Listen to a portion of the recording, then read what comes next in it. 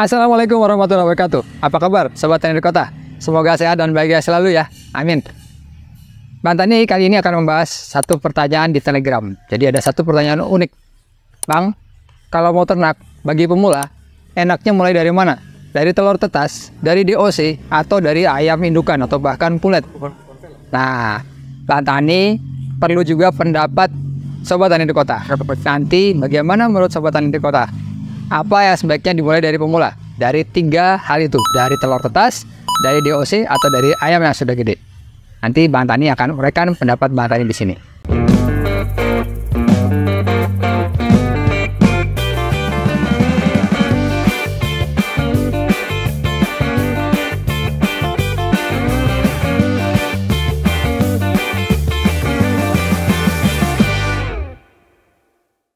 Memulai ternak dari telur tetas, dari DOC, atau dari ayam besar, semuanya ada kelemahan dan ada kelebihannya. Makanya Bang Tani akan bahas satu persatu apa saja kelebihannya dan apa saja kelemahannya. Yang pertama, kita bahas dari telur tetas. Memulai dari sana, apa saja keunggulannya? Keunggulan telur tetas itu yaitu dia lebih murah. Apabila teman-teman membeli ayam besar, perlu budget yang lebih tinggi atau mahal. Tapi telur tetas lebih murah. Kemudian keunggulan kedua, dia lebih mudah untuk dikirim. Hampir semua jasa pengiriman bisa mengirimkan telur tetas. Ini tidak terjadi dengan DOC atau ayam hidup. Itu lebih sulit mengirimnya. Telur tetas lebih mudah. Dengan ukuran 1 kilo di pengiriman itu bisa berisi telur banyak. Bisa sampai puluhan telur tetas dengan packing yang aman. Itu adalah keunggulan-keunggulan telur tetas. Nah, sekarang kelemahannya. Telur tetas memiliki kelemahan, dia beresiko tinggi. Ini Bang Tani pernah bahas di video yang terdahulu. Judulnya jangan beli telur tetas, karena memang resikonya tinggi. Telur tetas itu walaupun fisiknya aman, kita bisa kirim ke satu tempat yang jauh, tapi kita tidak tahu dengan dalamnya. Mungkin dia di perjalanan sudah tergoncang-goncang, kena perubahan cuaca, kena perubahan tekanan udara pada saat naik pesawat, dan lain sebagainya. Itu beresiko untuk merusak telur tetas. Jadi telur tetas resikonya sangat tinggi. Kelemahan yang lain adalah apabila kita membeli telur tetas, kita masih memerlukan mesin tetas untuk menetaskannya. Walaupun secara teori nggak usah pakai mesin tetas bisa, yaitu dengan dititipkan kepada ayam yang sedang mengeram. Tapi ini risiko gagalnya juga tinggi, karena ayam yang dititipin belum tentu mau mengerami telur yang baru. Karena ini telur WTK itu bagaimanapun juga berbeda dengan telur ayam-ayam lainnya. Kemudian kita tidak bisa menentukan jadwal pengeraman, karena ayam yang sedang mengeram itu punya jadwal tersendiri. Sementara telur yang datang kita nggak tahu jadwalnya kapan dia bisa datang telurnya. Apakah masih bagus untuk ditetaskan atau tidak. Kemudian kekurangan yang lain adalah kita masih perlu waktu yang cukup lama untuk meliharanya sampai dia produksi. Kita perlu waktu setidaknya 5 atau 6 bulan kemudian untuk ayam bisa menghasilkan.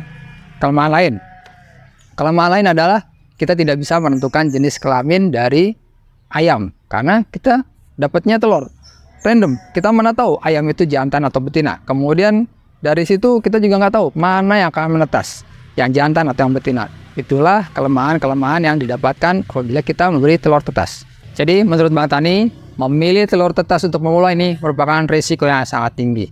Karena bagaimanapun juga kalau memilih telur tetas berarti harus memiliki ilmu yang cukup dalam menetaskan telur. Belum lagi nanti memelihara apabila sudah menetas. Kemudian nanti pada proses sudah besar. Jadi ini risikonya sangat tinggi. Dari segi keilmuan, pemula memilih untuk menetaskan telur ini harus memiliki ilmu level 3. Yaitu ilmu menetaskan telur, kemudian ilmu memelihara anak ayam, dan memelihara ayamnya. Oke, sekarang kita mulai dari membahas tentang DOC. Apa saja sih kelebihannya DOC? DOC itu memiliki kelebihan, salah satunya adalah harganya masih relatif murah. Daripada kita belanja ayam yang sudah besar, mungkin kita budgetnya terbatas kan. Kalau beberapa ratus ribu mungkin hanya beberapa ekor ayam besar. Tapi kalau DOC bisa puluhan. Nah, dari situ DOC juga memiliki kelebihan antara lain, kita sudah bisa pastikan atau ayam itu sudah jadi dibandingkan dengan telur tadi. Kalau telur kita masih spekulasi bisa menetas atau tidak. Tapi kalau dari DOC kita setidaknya mendapatkan kepastian kita mendapatkan ayam WL. Walaupun mungkin juga memastikan jenis kelaminnya apa, jantan atau betina. Kemudian dari situ kita bisa mulai memberikan nutrisi pilihan untuk ayam kita. Kita bisa mulai dari awal. Mau pakai metode obat-obatan kimia atau herbal. Dari situ kita bisa program dari awal. Kemudian kelebihan yang lain adalah kita bisa beradaptasi dalam beternak. Beternak adaptasi dari ayamnya sendiri, ayamnya juga beradaptasi dengan kita, dengan lingkungannya dari kecil. Begitu juga dengan kita sebagai peternaknya, kita bisa mulai belajar karakter ayam dari kecil. Sehingga makin dewasa kita makin bertambah ilmu dan ayam makin cocok dengan lingkungannya. Kemudian kelebihan yang lain apabila kita mulai dari DOC adalah kita tidak memerlukan kandang yang terlalu besar. Karena kadang-kadang hanya kandang kotak kecil, mungkin kita buatkan kandang dari keranjang buah, itu pun sudah bisa untuk melihara DOC. Jadi kita masih punya cukup waktu untuk menabung, untuk memulai ternak ayam yang lebih besar.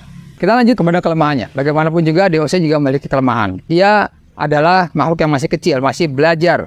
Jadi dia adaptasinya masih lemah. Daya tahannya masih sangat lemah. Sehingga dia perlu perlindungan khusus. Mungkin perlu tempat khusus. Jadi kandangnya ekstra. Kita perlu perawatan khusus. Seperti yang Bang Tani sudah buatkan di video yang lalu. Di situ dibuatkan kandang yang butuh penghangat. Supaya dia tidak kedinginan di waktu malam. Kemudian resiko atau kelemahan lainnya apabila kita memelihara dari DOC adalah kita kesulitan di bidang pengiriman. Karena bagaimanapun juga ini sekarang kita sudah memilih mengirim ayam hidup. Ayam hidup itu tidak semua kurir bisa melakukannya. Kita perlukan izin-izin khusus. Jadi makanya tidak semua tempat terjangkau bisa pengiriman ayam hidup. Satu, terkendala kurir. Kedua adalah terkendala waktu pengiriman. Karena ayam dalam perjalanan maksimal mungkin hanya 2 hari. Sementara mungkin kalau keluar pulau sampai ke mana-mana itu bisa sampai berhari-hari. Kemudian kelemahan yang lain adalah apabila kita melihara dari DOC, kita masih memerlukan waktu yang cukup lama untuk menunggu ayam ini sampai bisa berproduksi. Setidaknya sampai usia 5 bulan atau 6 bulan kemudian, baru dia bisa mulai belajar berproduksi. Jadi, perlu diperhatikan bahwa waktu yang lama itu tentu kita memerlukan biaya modal untuk memberi pakan, memberi apabila mungkin dia sakit, kita beri obat-obatan. Jadi, masih ada biaya yang panjang. Itulah salah satu kelemahan apabila kita memelihara dari DOC. Makanya, menurut Bang Tani, memelihara dari DOC ini memerlukan ilmu peternakan level 2. Ya, setidaknya dia lebih mudah daripada menetaskan telur, tapi juga tidak terlalu sederhana karena kita masih perlu waktu yang lama untuk memeliharanya. Oke, sekarang kita bahas apabila pemula mulai beternak dari pulet atau bahkan ayam indukan. Ayam pulet atau ayam indukan tentu memiliki kelebihan. Misalnya dia sudah lebih jelas jenis kelaminnya. Kita udah pasti memilih mana yang jantan, mana yang betina. Kemudian juga kita tidak perlu menunggu waktu yang terlalu lama untuk ayam ini berproduksi. Karena mungkin hanya tinggal beberapa bulan lagi atau mungkin malah beberapa minggu lagi sudah siap produksi. Kemudian kelebihan lainnya adalah daya tahan ayam ini sudah jauh lebih baik daripada DOC. Karena dia bisa tahan terhadap cuaca, dia sudah punya fur yang cukup tebal untuk melindungi dirinya dari kedinginan. Tidak seperti DOC tadi, kita masih perlu bantuan kita masih perlu berikan dia alat penghangat supaya menghangatkan badannya. Ayam dewasa tidak begitu. Tapi memang ada beberapa kelemahan yang terjadi pada ayam DOC ini. Salah satu, ayam ini harganya relatif lebih mahal daripada kita membeli dari 2 jenis yang tadi, daripada beli telur atau daripada DOC. Kemudian pengirimannya untuk mengirim ayam hidup itu juga kesulitan yang tersendiri karena tidak semua jasa yang mau menerima ayam hidup. Ya, jadi tidak seperti kita mengirimkan ke dalam satu jasa paket kemudian kirim, tidak. Ini karena ayam hidup itu tidak semuanya orang mau karena satu beresiko, kemudian apabila naik pesawat juga perlu izin khusus. Kemudian ada beberapa kelemahan lagi, yaitu apabila kita melihara ayam ini dari besar, justru malah dia mudah sakit. Apa sebabnya? Karena dia mengalami perbedaan pola pemeliharaan. Misalnya begini, dulu selama hidupnya dia waktu sampai usia 3 bulan atau 4 bulan, dia biasa hidup di kandang sempit. Tidak biasa untuk lompat, dia tidak biasa untuk bertengger, atau bahkan tidak pernah menginjak tanah. Tiba-tiba dia dibeli, dikirimkan kepada pemilik baru, dan pemilik barunya memilih beternak dengan cara yang baru, yaitu ditaruh di tanah, di kandang luas, dikasih tempat bertengger. Dia akan stres, dia malah nggak ngerti harus berbuat apa. Bahkan untuk kena hujan dia kebingungan, ada hujan dia bingung. Kemudian makanan mungkin juga dia biasa makan tertentu oleh peternak lama, tiba-tiba pindah tempat, ganti makanan, dia ngambek makan. Itu juga salah satu kelemahan yang harus diperhitungkan apabila kita beternak ayam dari dewasa.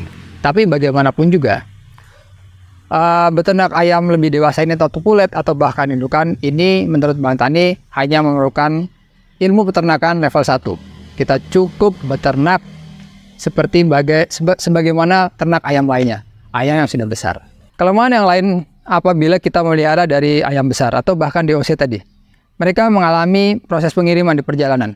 Di perjalanan itu pasti dia dikirim bersama dengan hewan lain, ya kan? Di sana kita nggak tahu hewan yang lain itu mengandung penyakit atau tidak, membawa penyakit atau virus atau tidak. Akibatnya apa? Dia lebih beresiko tertular penyakit gara-gara perjalanan tadi, berjalanan bersamaan dengan hewan lain. Jadi dia waktu datang membawa penyakit. Jadi itulah resiko-risiko apabila kita memelihara ayam dari dewasa atau dari pulet atau dari remaja. Bang Tani simpulkan sedikit dari video kali ini. Jadi bagaimanapun setiap proses tadi ada kelebihan dan kekurangannya. Jadi menurut Bang Tani, apabila para pemula beternak dari menetaskan telur itu membutuhkan keilmuan yang lebih tinggi.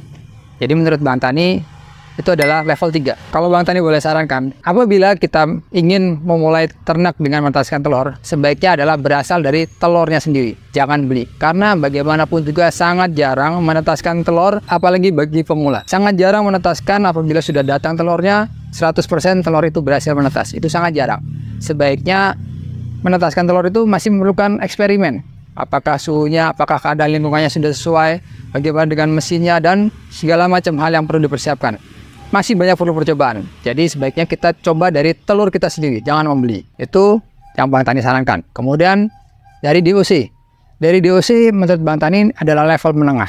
Dia tidak terlalu sulit, tapi juga masih dibilang oke, mudah lah, masih moderat. Jadi level yang tengah. Kita bisa beradaptasi untuk melihara ayam dari mulai saat-saat dini. Kita bisa menentukan pakannya dan kebutuhan makan di awal-awal atau kebutuhan kandangnya juga tidak terlalu besar, sehingga kita bisa mempersiapkan atau masih punya waktu untuk mempersiapkan ke kandang yang lebih besar. Yang ketiga adalah level yang paling mudah menurut Bang Tani adalah membeli ayam yang sudah besar. Di sana kita akan lebih mudah merawatnya, masa tumbuhnya juga tidak terlalu lama, sehingga hasilnya akan lebih jelas, kita bisa menikmati. Setelah itu nanti kita bisa belajar menetaskan dari ayam yang sudah besar tadi. Baik, jadi Bang Tani sarankan sebaiknya apapun level atau mulai peternak yang dipilih oleh Sobat Tani di Kota, entah mulai dari telur tetas, entah mulai dari DOC atau pulet atau ayam indukan, tetap memerlukan ilmunya. Jadi saran Bang Tani adalah model yang paling utama dari beternak adalah belajarnya dahulu,